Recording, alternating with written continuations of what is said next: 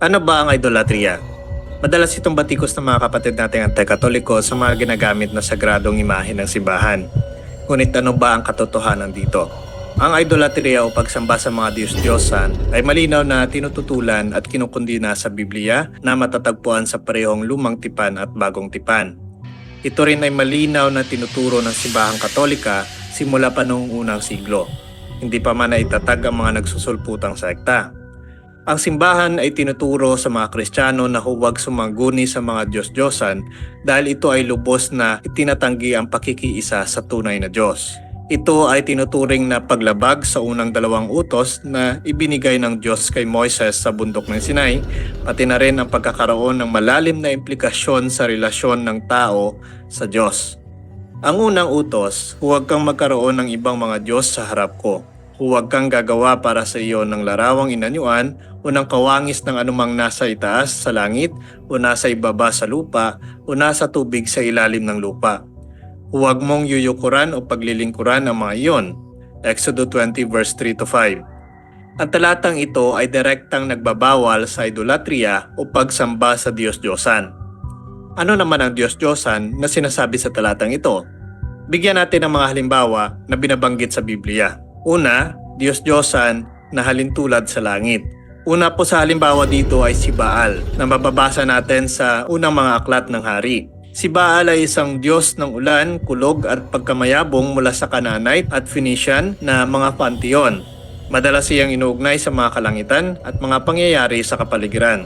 Pangalawa dito si Asyera na mababasa sa mga aklat ng hukom. Si Asyera, bagaman mas kilala bilang inang Diyosa o Diyosa ng pagkamayabong, si Asyera ay kadalasang inuugnay sa mga puno at sa lupa, ngunit ang kanyang mga poste o tinatawag na Asyera poles ay itinayo para sa kanya sa mga matataas na lugar tulad ng mga bundok na nag-uugnay din sa kanya sa langit. Pangatlo dito, si Astaret na mababasa naman natin unang aklat ng Samuel. Si Astaret ay Diyosa ng pag-ibig at digmaan ng mga Canaanite. Si Astaret ay madalas na inuugnay sa Venus, ang planeta, na nagbibigay sa kanya ng celestial na kapangyarihan. Pangalawa po sa mga pinapatungkulan dito ay mga Diyos-Diyosan sa lupa. Unang halimbawa po dito, si Dagon, isang Diyos ng pagkamayabong at agrikultura, partikular na inuugnay sa mga Palestines. Bagaman may mga aspeto ng tubig sa ibang mga tradisyon, sa konteksto ng Biblia, mas malapit siya sa mga agrikultura at ani sa lupa. Pangalawa dito, si Baal Peor. Isa pang aspeto ni Baal na partikular na sinasamba sa Moab. Ang pagsamba kay Baal Peor ay kadalasang nagsasangkot ng mga sexual na ritual bilang bahagi ng pagkamayabong at agrikultural na mga ritual. Pangatlo sa mga pinapatungkulan dito ay ang mga Diyos-Diyosan sa tubig. Isa sa mga halimbawa dito ay si Yam o Leviathan sa ilang interpretasyon. Si Yam na nangangulugang dagat sa Semitic. Ito ay isang Diyos ng dagat sa Canaanite na relihiyon. Sa Biblia, ang Leviathan ay madalas na inilalarawan bilang isang malaking nilalang sa dagat na maaaring ituring na isang simbolo ng mga kaaway ng Diyos, kabilang ang mga Diyos-Diyosan ng pagano. Mahalagang tandaan na ang pagsamba sa mga Diyos-Diyosan na ito ay itinuturing na salungat sa pananampalataya sa iisang tunay na Diyos ng Kristiyano. Ang pagtanggi at pagkundina sa idolatria ay isang mahalagang tema sa Biblia na naglalayong panatilihin ang katapatan ng mga tao sa Diyos ng Israel. Ayon sa Biblia, ang idolatria ay nagdudulot ng malalim na paghihiwalay sa pagitan ng tao at ng Diyos. Ito rin ay humahantong sa espiritual na pagkabulok at sa maraming kaso, pagkawasak ng komunidad at individual. Ipinapakita rin sa bagong tipan na ang idolatria ay isa sa mga gawa ng laman na naghihiwalay sa mga tao mula sa kaharian ng Diyos. Sa kabilang banda, ang paggamit ng mga sagradong imahe ay hindi sumasalungat sa unang utos ng Diyos, bagkus ito ay may matibay na batayan din sa Biblia. Halimbawa na lamang ang sinasabi sa mga talatang ito, Exodus 25 verse 18-22. Sa partikular na bahagi na ito, inutusan ng Diyos si Moises na gumawa ng dalawang imahe ng kerubin ng ginto na ilalagay sa magkabilang dulo ng luklukan ng awa sa itaas ng kaba ng tipan. Dito, ang Diyos mismo ang nag-utos na gumawa ng mga imahen na nagpapakita na ang paggawa ng mga imahen para sa mga sagradong gamit ay hindi otomatikong itinuturing na idolatria.